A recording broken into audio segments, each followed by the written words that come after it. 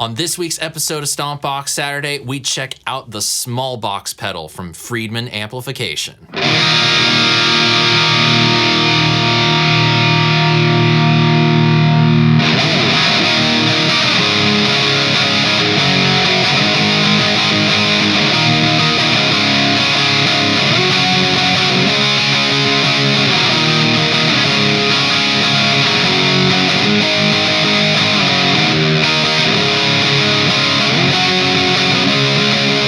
What's going on, my friends? It's your old pal SeanPierceJohnson here. Welcome back to Stompbox Saturday. I hope you all have had a great week and are ready to check out this very awesome amp in a box pedal with me today.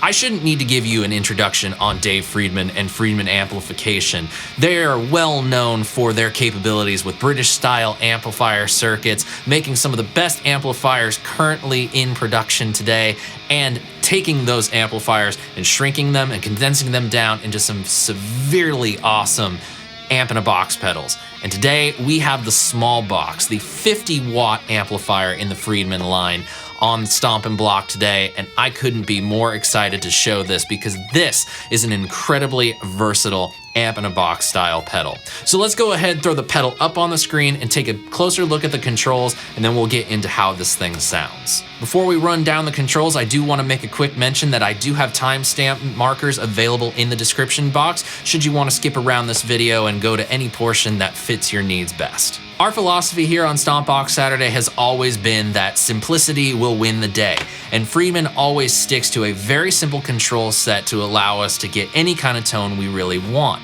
We have controls for volume, gain, bass, middle, treble, and presence. So you have a full complement of amplifier controls in order to suit whatever kind of situation that you want to use the Smallbox pedal in. But there is an interesting control on the side of the enclosure, and that is the structure switch. Now basically what this does, it gives you two different gain styles, two different gain feels. It's something that's really hard to express in words and something that you're just going to need to hear. And don't worry, we'll hear it in a moment. What else do you really need to know other than the controls? Well, you have your input and output jacks on the side of the pedal. You have your power on the top, which is my favorite orientation of those ports. And it all runs off a standard 9-volt power supply. Pedal board friendly, easy to use, 9 volts of power. This thing is ripe for use in any guitar rig you could possibly think of.